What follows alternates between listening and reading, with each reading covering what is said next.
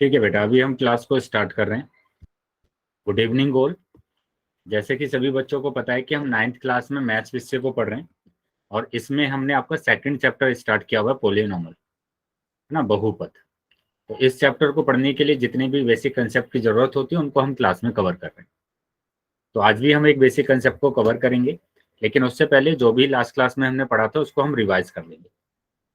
और उसको रिवाइज करने से पहले इन बातों को आपको ध्यान रखना है कि आपका माइक और कैमरा दोनों बंद होना चाहिए। उसके बाद आपका कोई भी सवाल होता है या कोई भी डाउट होता है तो वो आप मैसेज करके पूछ सकते हैं। 3 बिंदु पर क्लिक करेंगे तो पहला ही ऑप्शन आपको मैसेज का मिल जाएगा। उसके बाद कुछ क्वेश्चन आपसे पूछे जाते हैं पोल सेक्शन में, तो सभी बच्चों को उत्तर देना कंपलसरी है बेटा। जो भी क्वेश्चन आपसे पूछे जाएंगे सभी बच्चे उसका आंसर जरूर करेंगे। कैसे करना है बेटा पोल सेक्शन में उत्तर? की 3 बिंदु पर क्लिक करेंगे तो लास्ट ऑप्शन आपका एक्टिविटी का आ जाएगा। एक्टिविटी पर जैसे ही क्लिक करेंगे तो पोल आ जाएगा। पोल पर जैसे ही क्लिक करेंगे तो ये सारे ऑप्शंस आ जाते हैं, तो जो भी ऑप्शन ठीक है उस पर टिक कर देना है और वोट कर देना। तो ये वोटेड आ जाएगा लिखा हुआ, तो इसका मतलब क्या होगा कि आपके जो आंसर है वो हमारे पास आ गए। चलिए, अभी जो लास्ट क्लास में हमने पढ़ा था उसको हम जल्दी से एक बार रिवाइज कर लेते हैं। तो लास्ट क्लास में हम पढ़ रहे थे समीकरण का हल पक्षांतरण विधि द्वारा। तो समीकरण का हल पढ़ने के लिए हमें पता होना चाहिए कि समीकरण क्या होता है। तो सबसे पहले हम समीकरण को समझेंगे कि समीकरण क्या है।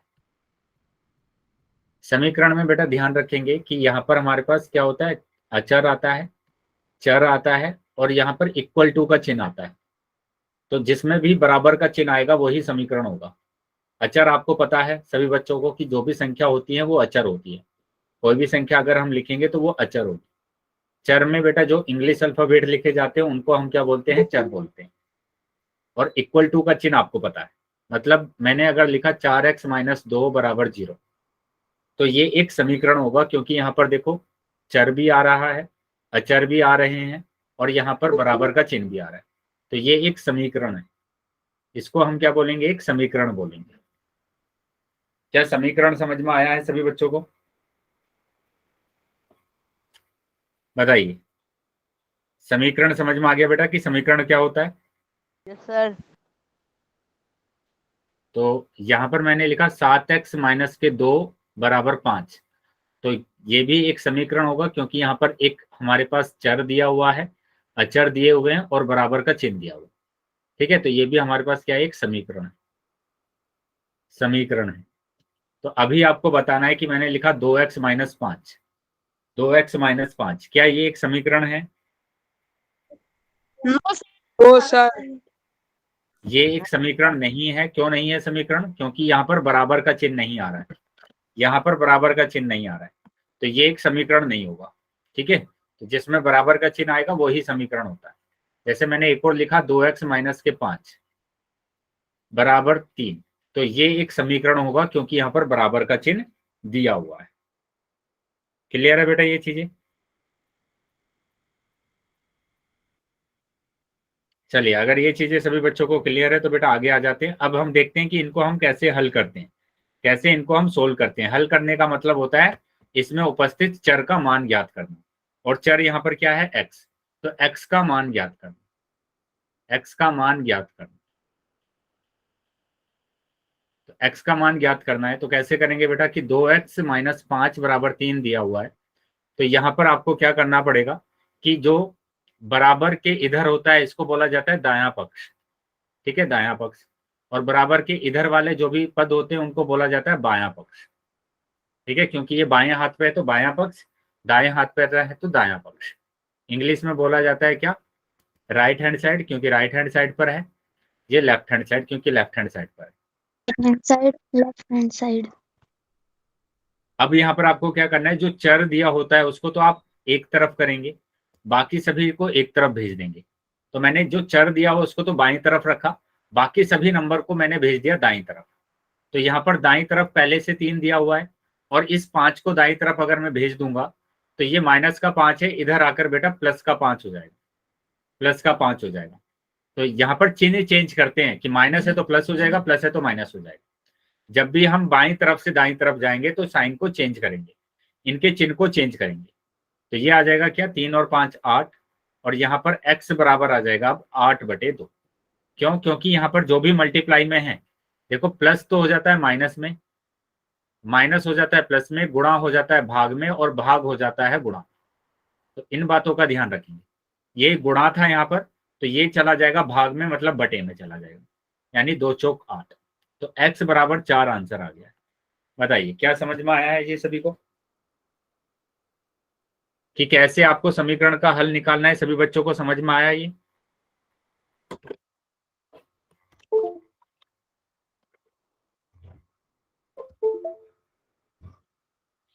चलिए, अगर समझ में आ गया बेटा तो एक क्वेश्चन आप करके दिखाएंगे। तो ये क्वेश्चन है, क्वेश्चन मैंने लिखा 4x माइनस के 8 बराबर 12।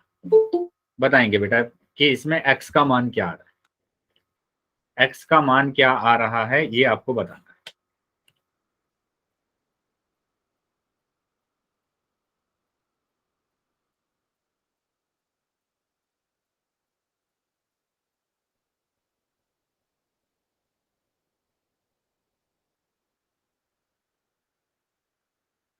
पाँच। वेरी गुड, चलिए चेक करेंगे। अभी सभी बच्चे आंसर कर देंगे पहले, उसके बाद हम चेक 5 करेंगे सर। कि हमारा आंसर क्या सही है। बाकी बच्चे भी आंसर कर देंगे बेटा, सब बात। चलिए देख लेते हैं कि क्या इसका आंसर आ रहा है।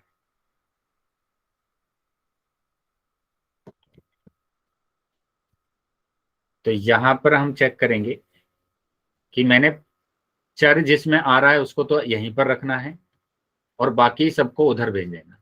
12 पहले से दिया हुआ है, माइनस का 8 जाएगा इधर तो प्लस का 8 हो जाएगा। तो 4x बराबर आ जाएगा 20, और x बराबर आ जाएगा 20/4, है ना, क्योंकि ये मल्टीप्लाई में है तो डिवाइड में आ जाएगा। तो 4 पंजे 20, 4 पंजे 20। तो ये बेटा आंसर आ रहा है 5 आपका, 5 आंसर आ रहा है। ठीक है, 5 आंसर आ रहे हैं। Very good. चलिए एक और क्वेश्चन कर लेते हैं कि यहां पर दिया हुआ है 2y माइनस के 3 इक्वल टू माइनस के 3y और प्लस के 2। चलिए इसका आंसर बताएंगे बेटा चैट बॉक्स में। यहाँ पर ध्यान रखेंगे कि ऐसे क्वेश्चन को आपको कैसे सोल्व करना है, कि जो चर दिए गए हैं उनको एक साइड में लेकर आना है ना, एक साइड में लेकर आना है, और अचर वाले को एक साइड में लेकर जाना है। मतलब चर वाले को बाईं तरफ ले आइए और अचर को दाईं तरफ लेकर जाइए, और सोल्व करके बताइए कि इसका आंसर क्या। सभी बच्चे आंसर करेंगे बेटा, जितने बच्चे क्लास में हैं सभी बच्चे चैट बॉक्स में आंसर करेंगे।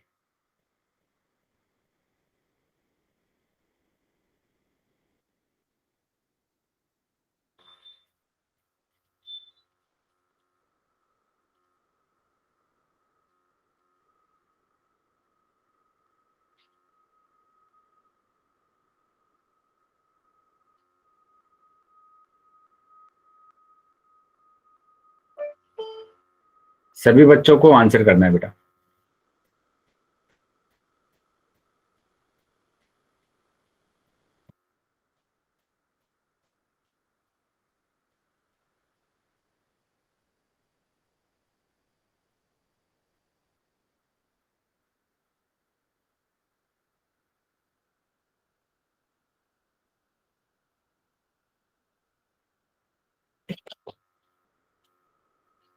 चलिए चेक कर लेते हैं, सभी बच्चे ध्यान से देखेंगे जिन्होंने भी आंसर कर दिया है। Very good.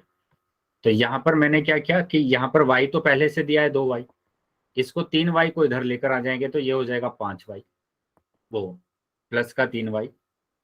ठीक है, प्लस का 3y हो जाएगा, और -3 को आप लेकर जाएंगे दाईं तरफ तो 2 तो पहले ही दिया हुआ है, 3 जब लेकर आएंगे तो ये प्लस का 3 हो जाएगा। तो यहाँ पर ऐड करना पड़ेगा, जोड़ना पड़ेगा, तो ये आ जाएगा 5y, और ये हो जाएगा 2 और 3 5।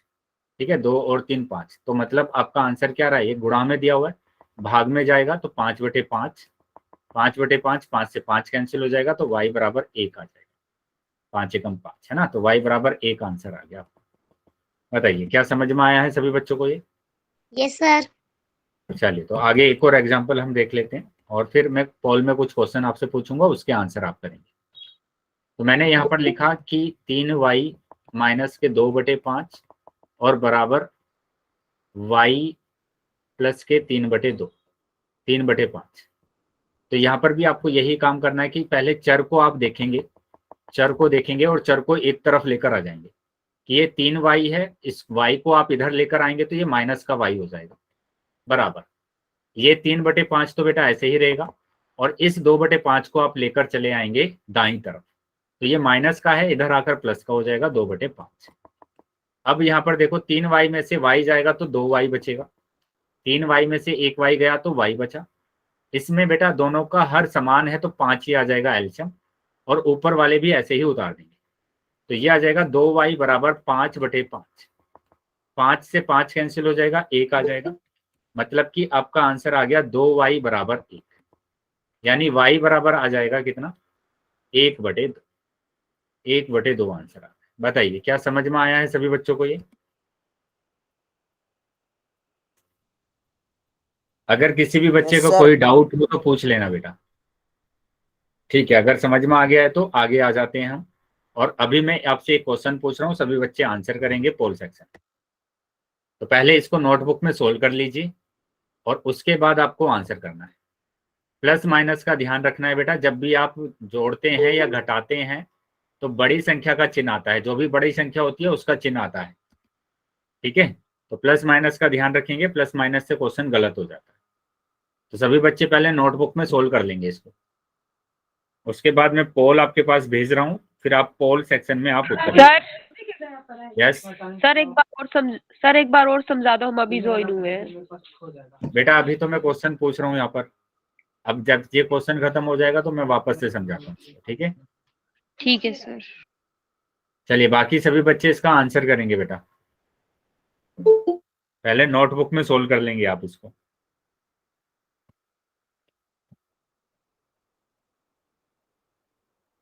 नोटबुक में सोल्व कर लेंगे पोल बेटा, अभी आपके पास आ जाएगा, तो सभी बच्चे अब आंसर करेंगे। सभी बच्चों के पास पोल आ गया है, सभी बच्चे आंसर कर सकते हैं।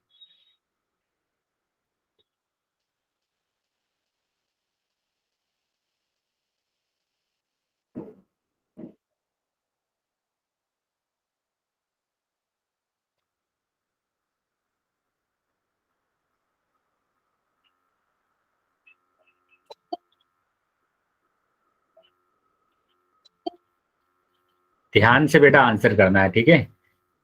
ध्यान से सभी बच्चे आंसर करेंगे इसका।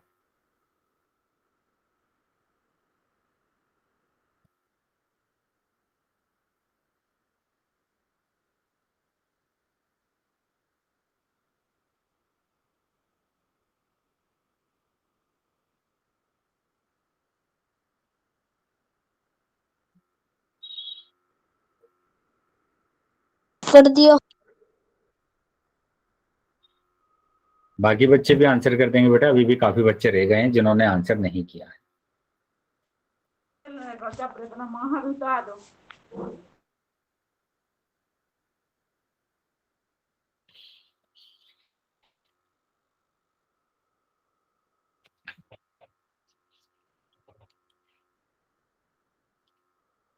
सर कर दिया। 5 सेकंड के बाद मैं पोल को बंद करने वाला हूं, तो जो बच्चे रह गए हैं वो जल्दी आंसर कर देंगे। 1 2 3 4 5। ठीक है बेटा, पोल बंद कर दिया है मैंने और चैट सेक्शन आपका ओपन कर दिया है। तो बेटा वो बच्चे ध्यान देंगे जिन बच्चों का ये उत्तर गलत हो गया है, काफी बच्चों का उत्तर गलत आया है ना? काफी बच्चों ने उत्तर सही भी किया है, लेकिन अभी मैंने ये क्वेश्चन आपको कराया था, इसमें बताइए इसमें क्या प्रॉब्लम रही कि आपका उत्तर गलत आ रहा है? सबसे पहले चर वाले को मार्क कर लीजिए, ये दोनों चर है ना, वेरिएबल दिए हुए हैं ना यहाँ पर दोनों के दोनों। क्या दिख रहा है सभी बच्चों को, वेरिएबल दिख रहा है या नहीं दिख रहा है?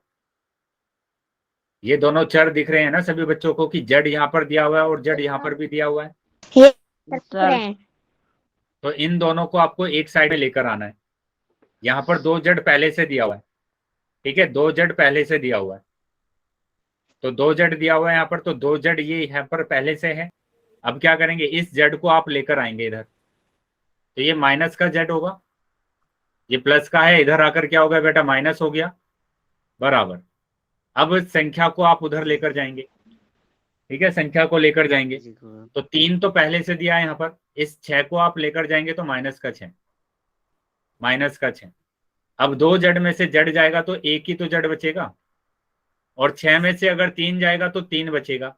लेकिन अभी मैंने बताया कि जो संख्या बड़ी होती है उसका चिन्ह आता है, तो बड़ी संख्या है बेटा 6 और 6 का चिन्ह है माइनस, तो माइनस का 3 आएगा। ये बताइए क्या समझ में आया है सबको? ये यस सर। सर तो z बराबर माइनस का 3 आंसर आ रहा है, मतलब डी ऑप्शन आपका सही होगा। तो बेटा जो बच्चे ए ऑप्शन लगा रहे हैं, बी लगा रहे हैं, कैसे मतलब आपका 1 और -1 आ रहा है?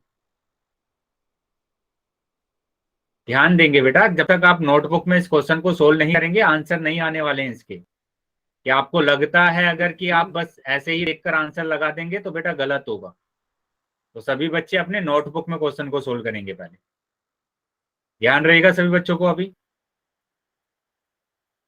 Yes sir. Very good. ऐसे ही सभी बच्चों को है ना नोटबुक में क्वेश्चन को सोल्व करना है। Yes sir. तो ये हमारे पास Yes, z sir. Equal to -3 आ गया। चलिए एक एग्जाम्पल मैं दे रहा हूं अभी करने के लिए, सभी बच्चे आंसर करेंगे। 2y - 3 इक्वल टू माइनस के 3y और प्लस के 7। चलिए बताएंगे कि इसका आंसर क्या आ रहा है। सभी बच्चे आंसर करेंगे चैट बॉक्स में। चैट बॉक्स में आंसर करेंगे बेटा सब।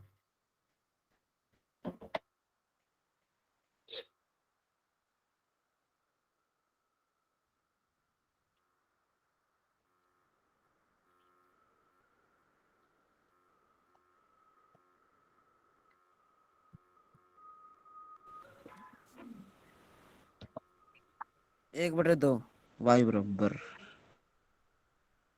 सभी बच्चों को आंसर करना है बेटा।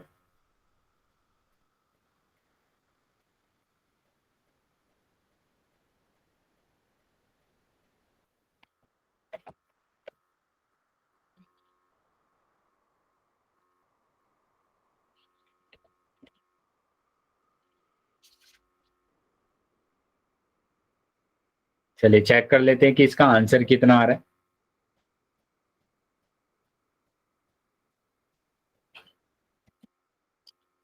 तो यहां पर आपको क्या करना पड़ेगा, पहले जो चर दिए गए हैं है ना, जो चर दिए गए हैं उनको एक तरफ लेकर आना है, एक तरफ लेकर आना है। तो यहाँ पर 2y तो पहले से ही दिया हुआ है, इस -3y को आप इधर लेकर आएंगे तो प्लस का 3y हो जाएगा। ठीक है, 7 यहाँ पर पहले से दिया हुआ है, इस -3y को उधर लेकर जाएंगे तो ये प्लस का 3 हो जाएगा। तो अब यहाँ पर क्या आएगा, 2y और 3y हो गया बेटा 5y, 5y। 7 और 3 कितना हो गया बेटा, 7 और 3 हो गया बेटा 10, 7 और 3 10। तो y बराबर कितना आ रहा है यहाँ पर, y बराबर आ रहा है 10/5 है ना, 10/5 आ रहा है। तो y बराबर 10/5 आ गया। तो 5 दूनी 10, अब इसको अगर डिवाइड करेंगे तो 5 दूनी 10, तो y बराबर 2 आ रहा है, ना कि 1/2 आ रहा है। जिन बच्चों का 1/2 आ रहा था, क्यों आ रहा था बेटा आपका 1/2? इस 5 को 10 के बटे में लेकर जाते हैं ना, 10 को नहीं लेकर जाते हैं, 5 को लेकर जाते हैं। क्या समझ में आया है अभी? यस अभी सर। समझ यस में आया कि कैसे आप इस क्वेश्चन को सोल्व करेंगे। चलिए आगे आ जाते हैं बेटा। तो अब अगला जो टॉपिक है हमारा वो है गुणनखंड, है ना, सर्व गुणनखंडों की विधि। सर्व गुणनखंडों की विधि, factorisation method of common factors, कि कैसे हम कॉमन फैक्टर को निकालते हैं। तो उसके लिए आपको समझना पड़ेगा पहले बीजीय व्यंजक, ये लिखा हुआ है आपके पास यहाँ पर बीजीय व्यंजक। किसी भी बीजीय व्यंजक के जो पद होते हैं वो प्लस माइनस से अलग होते हैं, है ना, प्लस माइनस पदों को अलग करता है, पदों को अलग करता है, अलग करता है ना, प्लस माइनस पदों को क्या करता है, अलग करता है। ठीक है, प्लस माइनस पदों को अलग करता है। तो यहाँ पर जैसे मैंने लिखा x + 3, तो ये प्लस आ गया ना बेटा, यहाँ पर प्लस आ गया ना, तो ये x और 3 कितने पद हो गए, 2 पद हो गए यहाँ पर। क्या समझ में आया है ये सभी बच्चों को? Yes sir. लेकिन अगर मैंने लिखा है Yes, x sir. y z, तो x y Yes, z में sir. देखो यहाँ पर कोई भी ना तो Yes, प्लस sir. दिया हुआ है ना माइनस दिया हुआ है, ना तो प्लस दिया हुआ है इनके बीच में, ना माइनस दिया हुआ है। तो ये सिर्फ एक ही पद दिया हुआ है। यहाँ पर पदों की संख्या कितनी होगी, 1 होगी। पदों की संख्या 1 होगी। क्या समझ में आ गया बेटा इतना? Yes sir. Yes sir. ये पदों की संख्या 1 है। ठीक है। अब जैसे यहाँ पर अगर हम बात करते हैं, यहाँ पर अगर हम बात करते हैं कि यहाँ पर ये बीजीय व्यंजक है, इसमें 2 पद आपको दिख रहे हैं। यहाँ प्लस आ गया है, एक तो पद ये होगा, एक ये वाला पद होगा। तो एक तो पद है बेटा 5xy और दूसरा पद है बेटा 6। अब 5xy का गुणनखंड करना है, 5xy का गुणनखंड करना है। तो 5xy का गुणनखंड कैसे करेंगे कि सबसे पहले 5 का गुणनखंड करेंगे, 5 का गुणनखंड करेंगे। 5 का गुणनखंड क्या होगा? 5 ही होगा, है ना। x का x ही होगा, y का y होगा। लेकिन 6 का जब हम गुणनखंड करते हैं तो 6 का गुणनखंड होता है 2 तिया 6, 3 एकम 3, तो 2 और 3 होता है, 2 और 3। ये होता है बेटा इसका अभाज्य गुणनखंड। ऐसे आप इसके अभाज्य गुणनखंड को लिख सकते हैं। क्या गुणनखंड समझ में आया सभी बच्चों को? Yes sir. यस चलिए, सर। तो अगर समझ में आया बेटा तो इसका गुणनखंड निकाल कर बताएंगे कि क्या इसका गुणनखंड होगा। बताइए, गुणनखंड बताना है।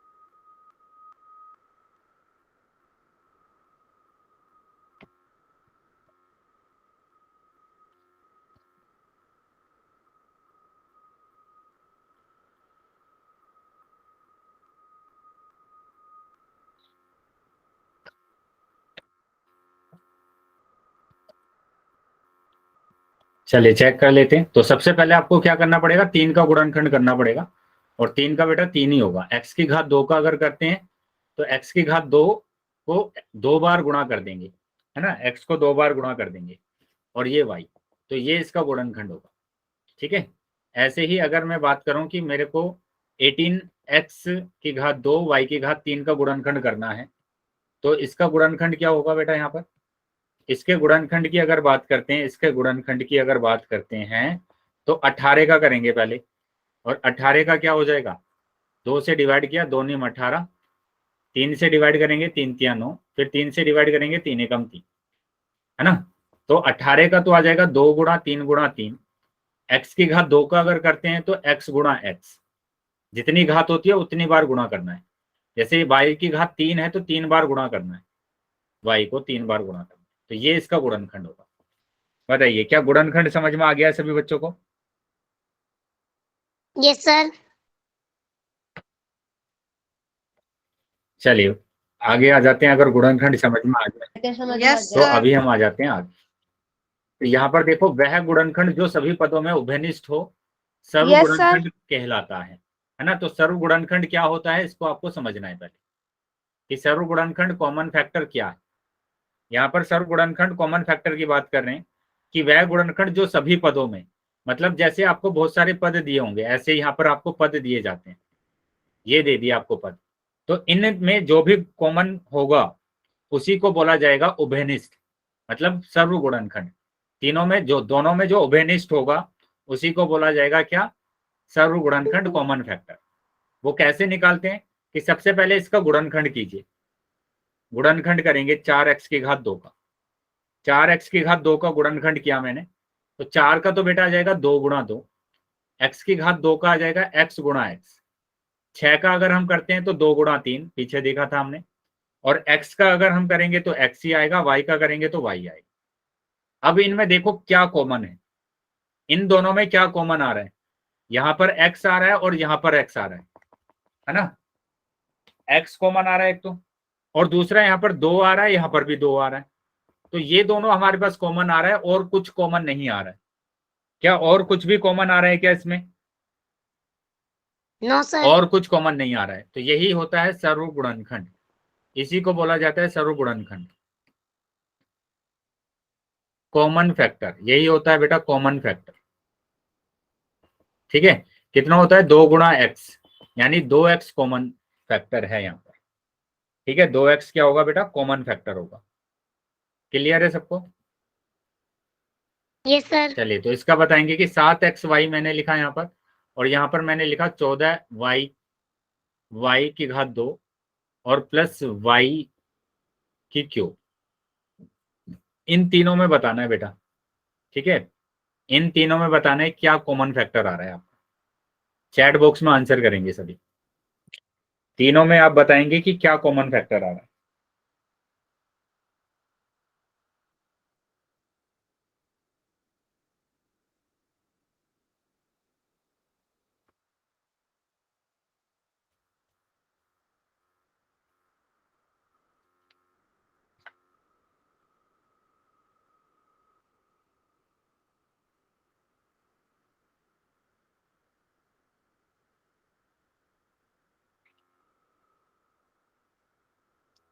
बेटा आंसर करना है इसका, सभी बच्चे आंसर करेंगे कि इसमें क्या कॉमन फैक्टर आ रहा है।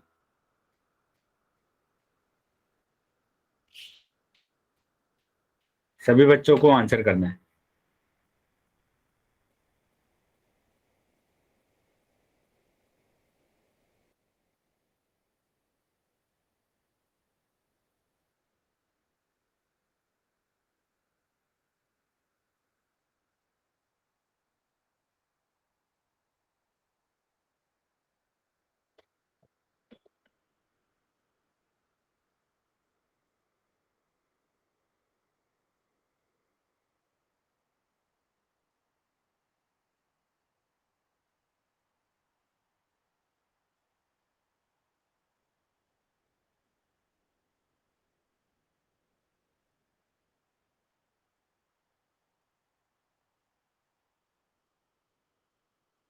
चलिए देख लेते हैं कि क्या कॉमन फैक्टर आ रहा है बेटा इसमें।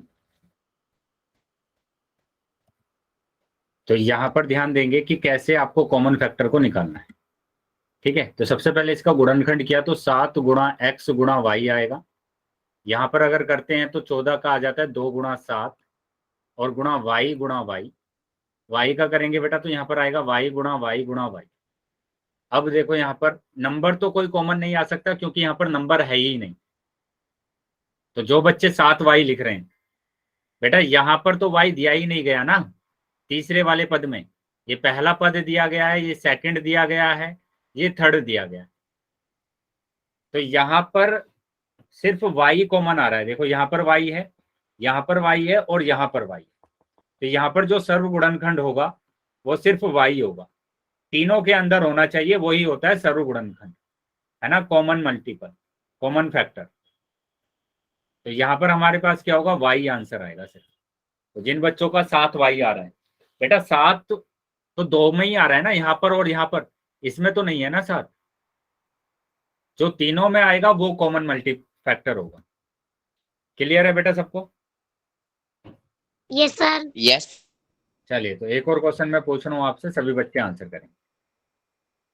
मैंने लिखा 2x की घात 2, 4x और यहाँ पर लिखा 6y। चलिए बताएंगे बेटा इसमें क्या आपका सर्वगुणनखंड आ रहा है, कॉमन फैक्टर आ रहा है। 2। चैट बॉक्स में आंसर करेंगे बेटा सभी।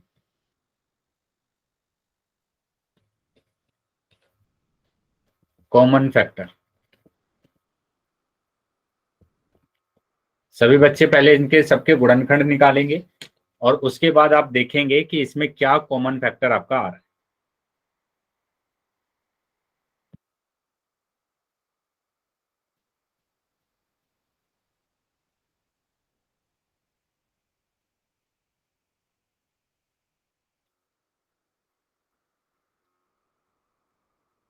सर 2 आएगा।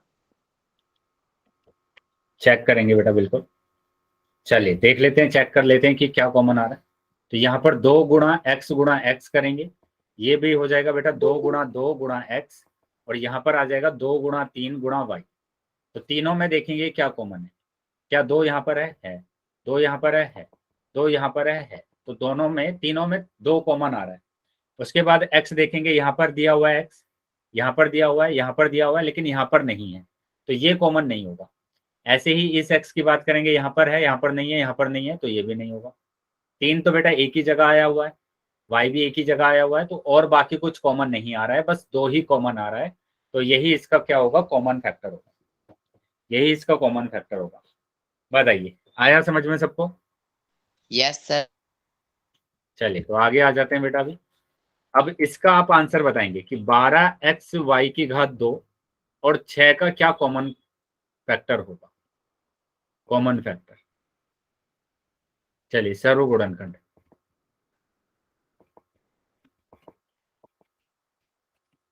तो दोनों के गुणनखंड कर लीजिए पहले और फिर आप आंसर करेंगे। चैट बॉक्स में आंसर बताएंगे कि क्या आंसर आ रहा है। सभी बच्चों को आंसर करना है बेटा, जितने बच्चे क्लास में हैं।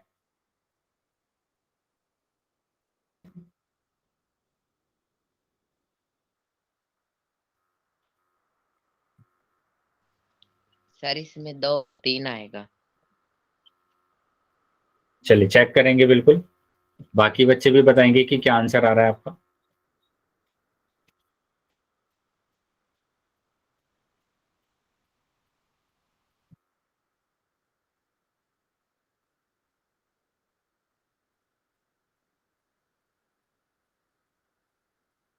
देख लेते हैं कि क्या आंसर आ रहा है। तो यहाँ इसके अगर गुणनखंड करते हैं तो ये होता है 2 गुणा 3। 12 के देखो अभाज्य गुणनखंड करने पड़ेंगे आपको, कि 2 छिक्के 12, फिर 2 से करेंगे 2 तिया 6, फिर 3 से करते हैं इसको तो 3 एकम 3। तो 12 का तो आ गया 2 गुणा 3। y की घात 2 का बेटा y गुणा y आएगा, और 6 का अगर करते हैं तो 2 गुणा 3 आता है। तो यहाँ पर हम देख पा रहे हैं कि यहाँ पर 2 और 3 आपस में कॉमन आ रहा है, तो 2 गुणा 3 आ रहा है। 2 गुणा 3 का मतलब कितना आ रहा है बेटा, 6 आ रहा है। 2 गुणा 3 का मतलब 6 आ रहा है। ठीक है, तो 6 यहाँ पर क्या आ रहा है आपका, सर्व गुणनखंड यानी कि कॉमन फैक्टर आ रहा है। ठीक है, देखो यही यहाँ पर करके भी दिखाया है कि यहाँ पर 12xy2 का सर्व गुणनखंड अगर करते हैं तो सर्व गुणनखंड क्या होगा, सर्व गुणनखंड होगा बेटा यहाँ पर 2 गुणा 2 गुणा 2, और 2 गुणा 2 गुणा 3 गुणा x गुणा y है ना, x भी दिया हुआ है। 6 का अगर हम करेंगे तो 6 का क्या हो जाएगा, 2 गुणा 3 हो जाएगा। 6 का बेटा हो जाता है 2 गुणा 3। तो दोनों में 2 और 3 कॉमन आ रहा है, 2 और 3 कॉमन आ रहा है, मतलब कि आपका आंसर आ गया 2 गुणा 3 मतलब 6। ठीक है, क्या समझ में आया बेटा सभी बच्चों को ये? Yes sir. चलिए तो आगे आ जाते हैं बेटा। अब इसका बताएंगे सभी बच्चे, ध्यान से करना है इस क्वेश्चन को। ठीक है, नोटबुक में पहले ध्यान से इस क्वेश्चन को कर लेंगे और उसके बाद इसका आंसर बताएंगे कि क्या इसका आंसर आ रहा है। 6yz2। चलिए बताएंगे कि इसमें तीनों में क्या कॉमन फैक्टर आ रहा है।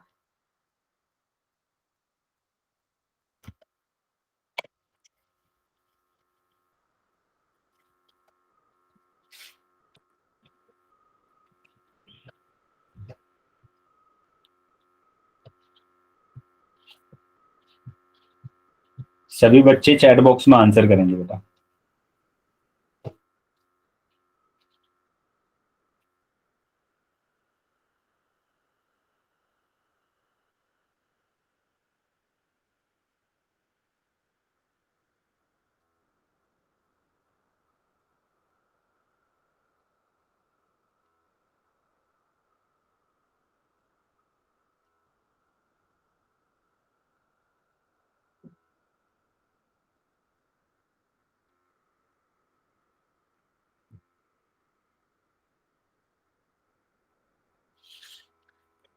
चैट बॉक्स में आंसर करना है बेटा सबको।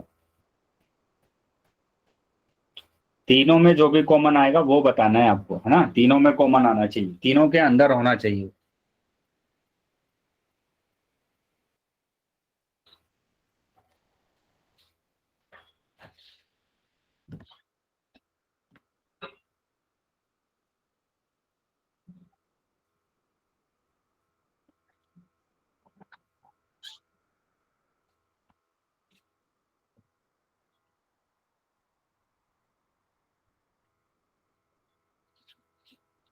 चलिए चेक कर लेते हैं कि इसका क्या कॉमन फैक्टर आ रहा है।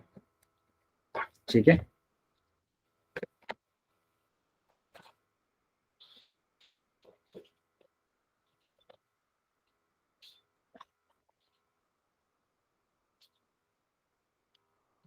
Good morning sir. तो यहाँ पर ध्यान देंगे कि यहाँ पर हमें क्या करना है, सबका गुणनखंड करना है पहले तो यहाँ पर इसका अगर हम गुणनखंड करते हैं तो ये आएगा x गुणा वाई गुणा z। ठीक है, यहाँ पर करते हैं तो 5 गुणा 5 गुणा x गुणा वाई गुणा z आ जाएगा। यहाँ पर करेंगे तो 2 गुणा 2 गुणा 2 गुणा 2 ना, 2 दूनी 4 दूनी 8 दूनी 16 गुड गुणा मॉर्निंग सर। बेटा गुड इवनिंग हो रहा है, अभी अभी क्लास चल रहा है ना आपका, आप क्लास पर ध्यान दीजिए। अभी बीच क्लास में क्या चल रहा है?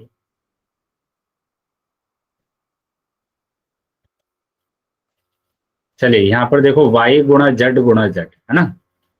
तो अब यहाँ पर क्या करना है, आपको कॉमन देखना है। ठीक है, क्या कॉमन आपके पास आ रहा है? देखो यहाँ पर संख्या नहीं है, यहाँ पर 2 में संख्या दी हुई है तो संख्या तो कॉमन आ ही नहीं सकती है ना, क्योंकि इस वाले में तो संख्या है ही नहीं। तो यहाँ पर देखेंगे x आ रहा है, एक तो ये रहा x, यहाँ पर भी x है। तो एक तो सर्व गुणनखंड हमारे पास आ गया, यहाँ पर क्या सर्व गुणनखंड आ गया है x।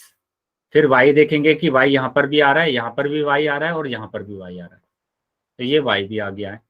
उसके बाद देखो ये वाला y देखेंगे, इस वाले y को देखोगे तो यहाँ पर नहीं आ रहा दूसरा y, एक ही y है यहाँ पर, दूसरा y नहीं है, तो y नहीं आएगा कॉमन। z देखेंगे तो z यहाँ पर भी है, यहाँ पर भी z दिया हुआ और यहाँ पर भी z दिया हुआ, तो ये कॉमन आ रहे हैं हमारे पास एक्स वाई जेड हमारे पास कॉमन आ रहा है। क्या समझ में आ गया बेटा सबको? Yes sir.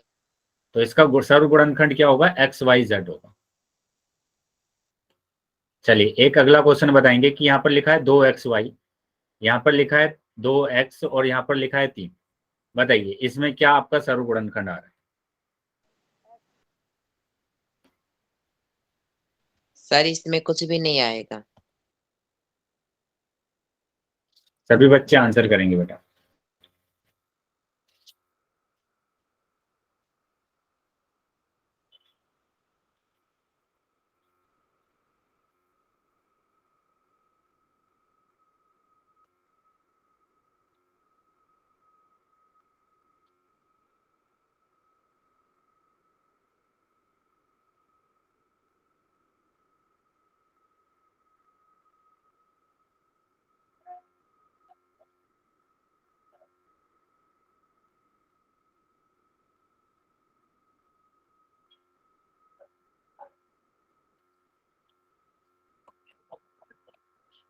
तो अब यहाँ पर देखो कुछ भी कॉमन नहीं आ रहा है, जैसे कि यहाँ पर कुछ भी कॉमन नहीं है कि 2 गुणा x गुणा वाई है और यहाँ पर दिया हुआ है 2 गुणा x। ठीक है, ये दिया हुआ है 3। तो यहाँ देखो कुछ भी कॉमन नहीं आ रहा है हमारा, तो जहां पर कुछ भी कॉमन नहीं आता है वहां पर आ जाता है बेटा 1, वहां पर 1 कॉमन आएगा। ठीक है, वहां पर हमेशा 1 कॉमन आएगा, ये बात ध्यान रखेंगे। याद रहेगा बेटा सबको कि यहाँ पर कितना कॉमन यस आने वाला सर। है, यहाँ पर आपके पास 1। आने वाला है 1। ठीक है, ओके जैसे सर। मैं एक और यहाँ पर क्वेश्चन लिख देता हूँ, x यहाँ पर लिखा मैंने x और यहाँ पर लिख दिया मैंने y। तो बताइए यहाँ पर क्या सर्व गुणनखंड आ रहा है, क्या कॉमन आ रहा सर है? एक। एक आ रहा है यहाँ पर भी। ठीक है, एक आ रहा है। ऐसे नहीं करना है कि आपने देखा यहाँ पर x है यहाँ पर x है तो ये इसका सर्व गुणनखंड हो गया, तीनों में आना चाहिए बेटा कॉमन, तो x नहीं होगा, इस बात को ध्यान रखिए। ठीक है, सर्व गुणनखंड क्या होगा, यहाँ पर 1 होगा। अगर x यहाँ पर भी होता तब ये हमारे पास x आ जाता। ठीक है, तो तीनों में होना चाहिए लेकिन यहाँ पर 2 में ही दिया हुआ है। ऐसे ही अगर मैं यहाँ पर लिख देता हूँ x की घात 2, यहाँ पर मैंने लिखा 2x और यहाँ पर मैंने लिख दिया 4। तो बताइए इन तीनों में क्या कॉमन आ रहा है? सर एक। यहाँ पर भी एक ही कॉमन आ रहा है ना, क्योंकि यहाँ पर x गुणा x है, ये 2 गुणा x है और ये 2 गुणा 2। तो यहाँ देखो x यहाँ पर 2 जगह आ रहा है लेकिन यहाँ पर x नहीं आ रहा है, तो x कॉमन नहीं होगा। 2 भी यहाँ पर 2 जगह आ रहा है, यहाँ पर नहीं आ रहा है 2, तो 2 भी कॉमन नहीं होगा। तो यहाँ पर कुछ भी कॉमन नहीं आ रहा है, तो इसका मतलब 1 आंसर होगा। क्या क्लियर है बेटा सबको? क्लियर है बेटा सबको? चलिए, तो अगर क्लियर है बेटा तो अभी आ जाते हैं आगे और कुछ क्वेश्चन हम करते हैं। ठीक है, तो ये क्वेश्चन है बेटा, इसका आंसर आपको करना है पोल सेक्शन में। लेकिन उससे पहले आप क्या करेंगे, उससे पहले आप नोटबुक में सोल्व कर लेंगे इसको।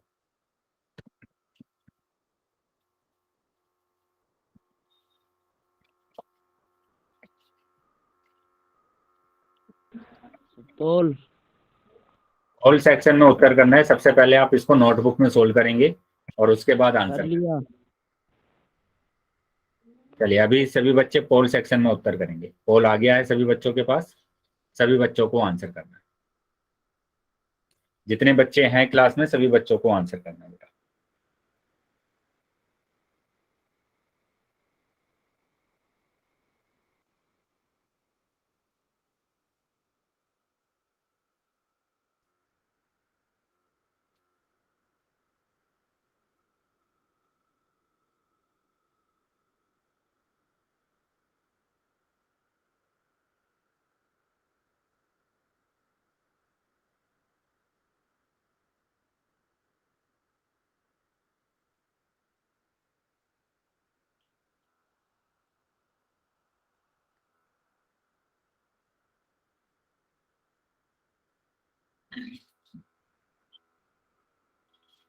वेरी गुड बेटा, बाकी बच्चे भी आंसर कर देंगे, शाबाश।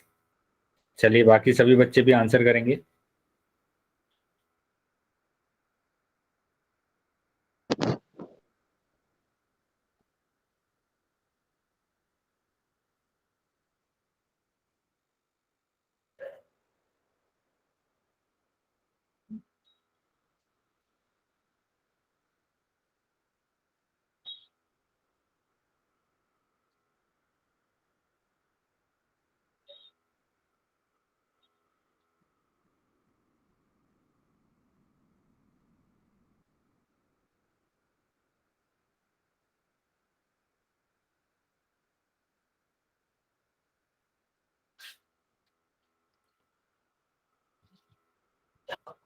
अभी भी काफी बच्चे रह गए हैं बेटा जिनके आंसर नहीं आए हैं, सभी बच्चों को आंसर करना है।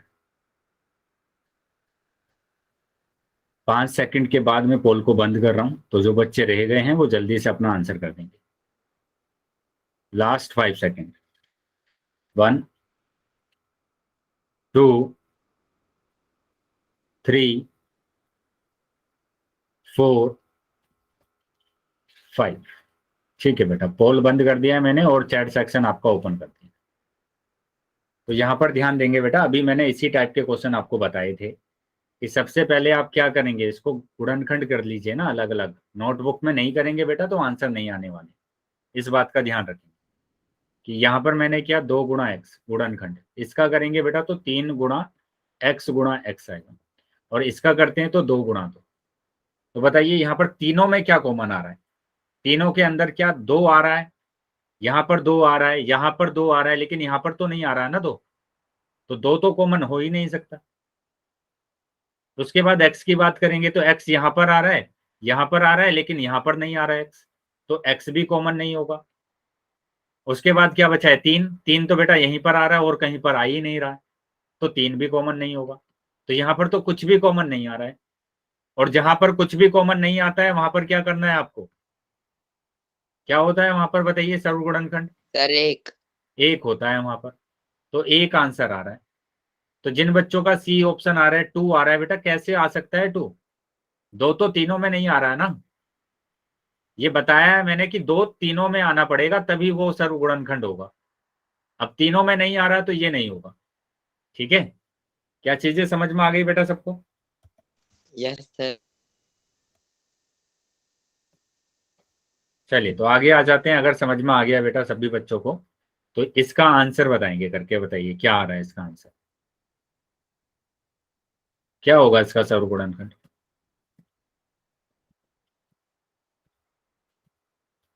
बताइए, चैट बॉक्स में बताएंगे बेटा करके कि क्या इसका सर्वगुणनखंड आ रहा है आपका।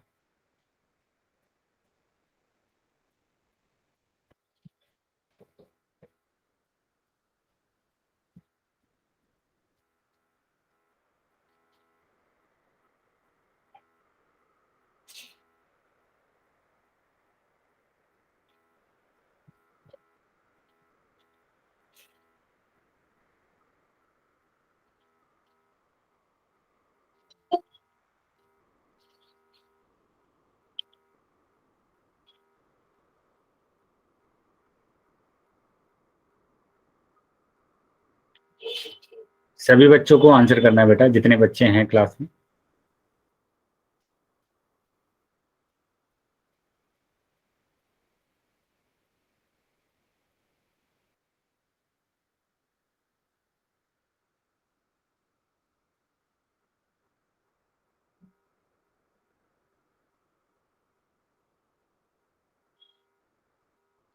चलिए देख लेते हैं कि क्या इसका आंसर आ रहा है।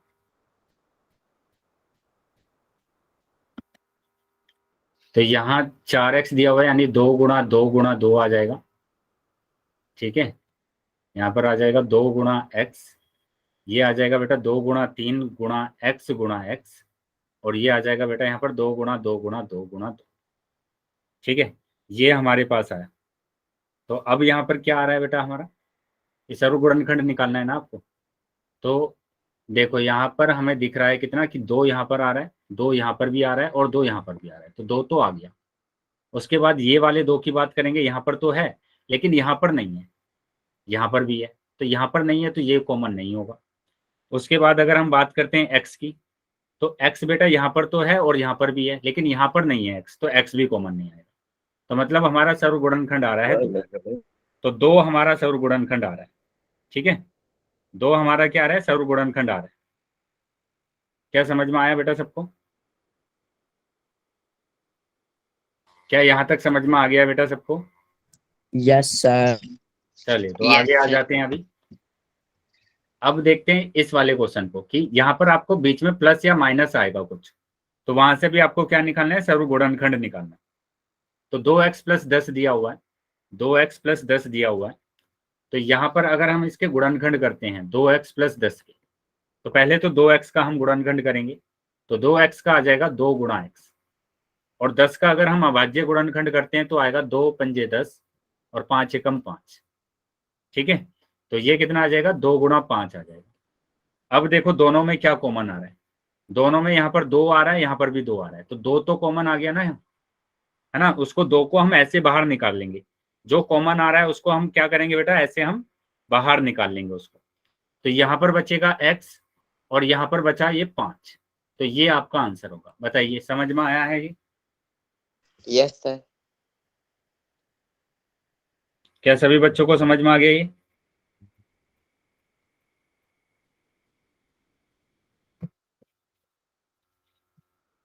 चलिए अगर समझ में आया बेटा तो आगे आ जाते हैं। अभी एक एग्जांपल मैं देता हूँ आपको करने के लिए, फिर मैं आपसे क्वेश्चन पूछने वाला हूँ। तो ये मैंने लिखा 6x और प्लस के 12।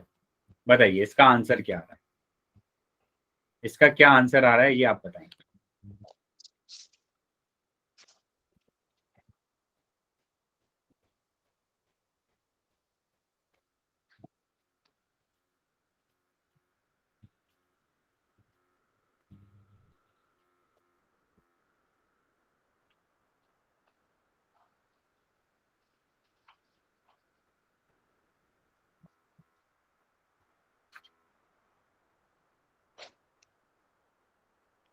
सभी बच्चों को आंसर करना है बेटा।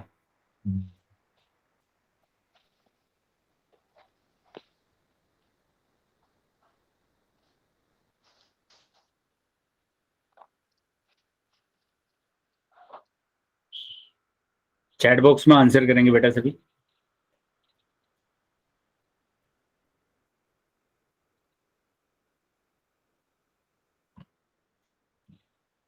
तो देख लेंगे यहाँ पर कि क्या इसका आंसर आ रहा है। सबसे पहले मैंने इसके गुणनखंड किए, तो 2 × 3 × x आएगा।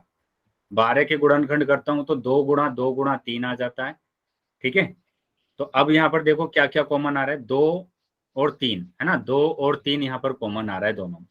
तो 2 और 3 को मैंने बाहर निकाला, यहाँ पर बचेगा x और यहाँ पर बचेगा 2। ठीक है, तो ये आपका आंसर आ गया, यानी कि 6x + 2 आपका आंसर आया। बताइए क्या समझ में आया सभी बच्चों को ये? Yes, sir.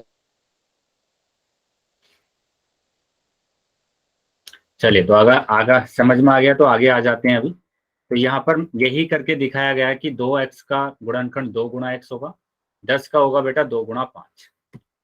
ठीक है, 2 यहाँ से कॉमन आ गया तो x + 5 बचा है। ठीक है, तो ये हमारा आंसर आया इसमें। अब बात करेंगे किसकी, कि यहाँ पर मैं कुछ क्वेश्चन आपसे पूछ रहा हूँ, सभी बच्चे आंसर करेंगे पोल सेक्शन में। तो ये रहा बेटा क्वेश्चन कि 5xy प्लस 15y, ठीक है, 5xy प्लस 15y, तो इसका आंसर आपको करना है, ठीक है, पोल सेक्शन में उत्तर करेंगे, लेकिन सबसे पहले नोटबुक में सोल्व कर लेंगे इसको।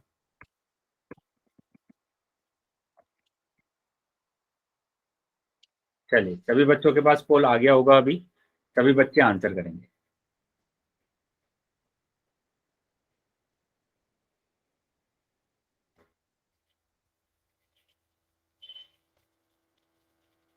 बेटा ध्यान से आंसर करना है, ऐसे ही आंसर नहीं लगा देना है आपको कि आपके पास पोल आया और आपने आंसर लगा दिया। नोटबुक में सोल्व करने के बाद तब आपको इसका आंसर करना है।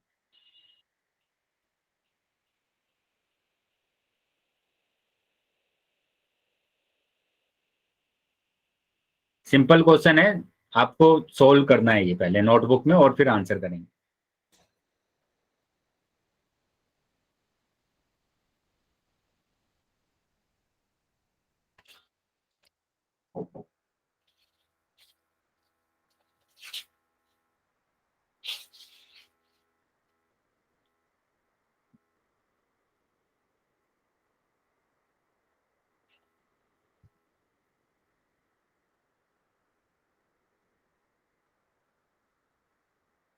सभी बच्चों को आंसर करना है, जितने बच्चे क्लास में।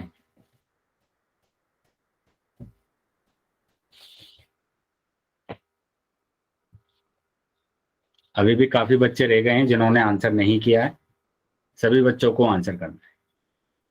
बेटा जो तीनों दोनों के अंदर होगा उसी को बाहर निकालना है। इतना तो देख सकते हैं ना कि दोनों में क्या दिया हुआ है।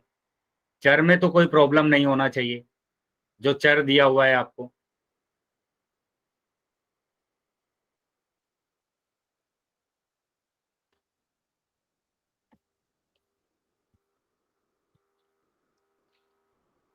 सभी बच्चे आंसर करेंगे बेटा।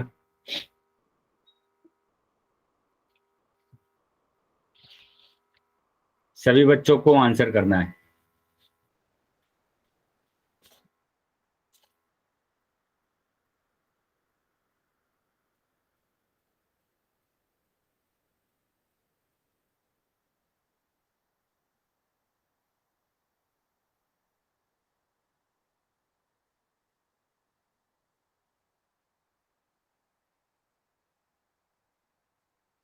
ठीक है, 5 सेकंड के बाद मैं पोल को बंद कर रहा हूं, तो जो बच्चे रह गए हैं वो जल्दी से अपना आंसर कर देंगे।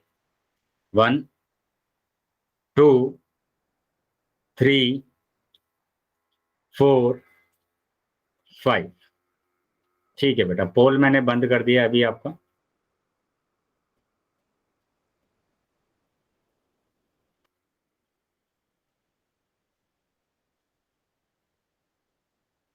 पोल बंद कर दिया और चैट सेक्शन आपका ओपन कर दिया। तो जिन भी बच्चों के पास पोल नहीं आया था वो अभी चैट सेक्शन में आंसर कर सकते हैं। तो सबसे पहले बेटा वो बच्चे बताएंगे जिन बच्चों ने डी ऑप्शन लगाया। बेटा इसमें एक्स वाई बाहर आ रहा है कॉमन, क्या इसमें दोनों में एक्स वाई दिया हुआ है क्या? यहाँ पर दिया हुआ है एक्स वाई, क्या यहाँ पर भी एक्स वाई दिया हुआ है? तो ये कैसे कॉमन आ जाएगा कि आप डी ऑप्शन लगा रहे हैं? इसको होगा ही नहीं, दोनों में होना चाहिए ना एक्स वाई। तो यहाँ पर एक में ही एक्स वाई दिया हुआ है, एक में नहीं दिया हुआ। तो इतना ही तो आपको देखना है कि वो दोनों में है या नहीं है। यहाँ पर दोनों में नहीं है ये एक्स वाई। इसका गुणनखंड करते हैं तो 5 गुणा एक्स गुणा वाई आएगा। इसका गुणनखंड करेंगे तो 3 गुणा 5 गुणा वाई आएगा। तो ये तो देखकर ही बता सकते हैं कि डी तो होगा ही नहीं है, जिन बच्चों ने डी ऑप्शन लगाया है। तो इसलिए बार बार बोला जाता है कि आप पहले इस क्वेश्चन को है ना नोटबुक में सोल्व कर लीजिए। अब यहाँ पर देखेंगे 5 यहाँ पर भी आ रहा है, 5 यहाँ पर भी आ रहा है, तो 5 कॉमन आ गया। उसके बाद देखेंगे क्या x कॉमन आ रहा है? x यहाँ पर है, यहाँ पर नहीं है, तो x तो कॉमन नहीं आएगा। y देखो यहाँ पर भी दिया हुआ है, यहाँ पर भी दिया है, तो y आ गया कॉमन। अब बचा क्या है हमारे पास? यहाँ पर x बचा हुआ है और यहाँ पर क्या बचा हुआ है? यहाँ पर 3 बचा हुआ है। तो ये आंसर आ रहा है आपका, यानी कि बी ऑप्शन आपका आ रहा है 5y x प्लस 3। क्या समझ में आया अभी? बताइए बेटा, क्या समझ में आया है सभी बच्चों को? Yes sir.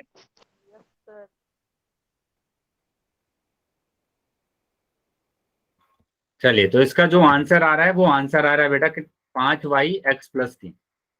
ठीक है, 5y(x+3) आपका आंसर आ रहा है। आगे आ जाते हैं। अगर समझ में आ गया है सभी बच्चों को तो मैं अभी फिर से एक क्वेश्चन पूछ रहा हूँ आपसे, सभी बच्चे आंसर करें। ठीक है, चलिए एक काम करते हैं, अभी है ना इस क्लास को यहीं पर ओवर करते हैं।